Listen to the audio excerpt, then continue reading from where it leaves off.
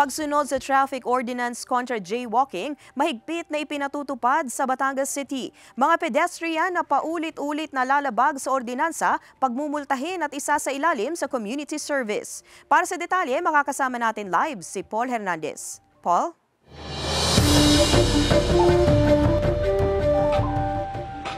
Alam mo, Ivy, mahigit sa 100 katao yung nasisita ng mga otoridad kada araw na hindi gumagamit ng pedestrian lane. 100 pesos yung multa sa mga pasaway na pedestrian.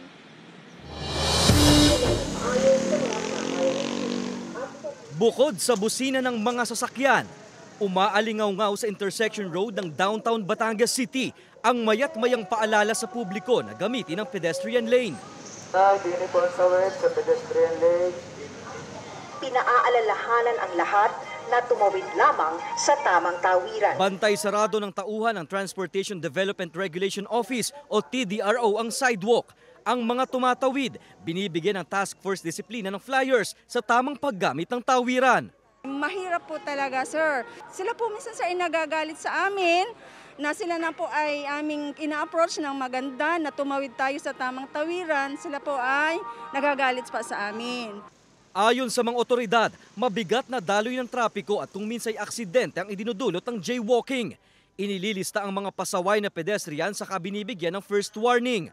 Nakapaloob daw ito sa Batangas City Traffic Ordinance of 2020. 100 pesos ang multa sa mga paulit-ulit na lalabag. If ever ang isang mahuhuli ay walang kakayahang magbayad ng pera, so may katumbas po itong community service. Maglilinis or depende po sa ibibigay ng korte. Ang ilan aminadong nalalayuan sa pedestrian lane kaya napipilitang tumawid sa hindi dapat tawiran.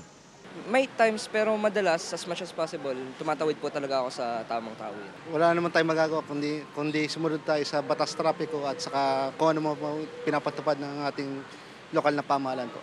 Mahigit sa 100 katao ang average na bilang kada araw ang nasisita nilang hindi tumatawid sa tamang tawiran.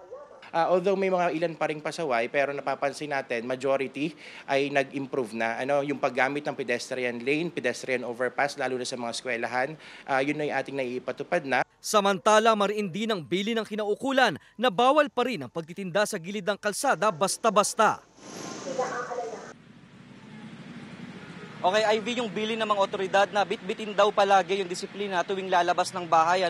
Lalo't yung ginagawa naman daw nilang pagbabantay ay hindi naman daw para sa kanila, kundi para na rin sa kaligtasan ng lahat. Ivy.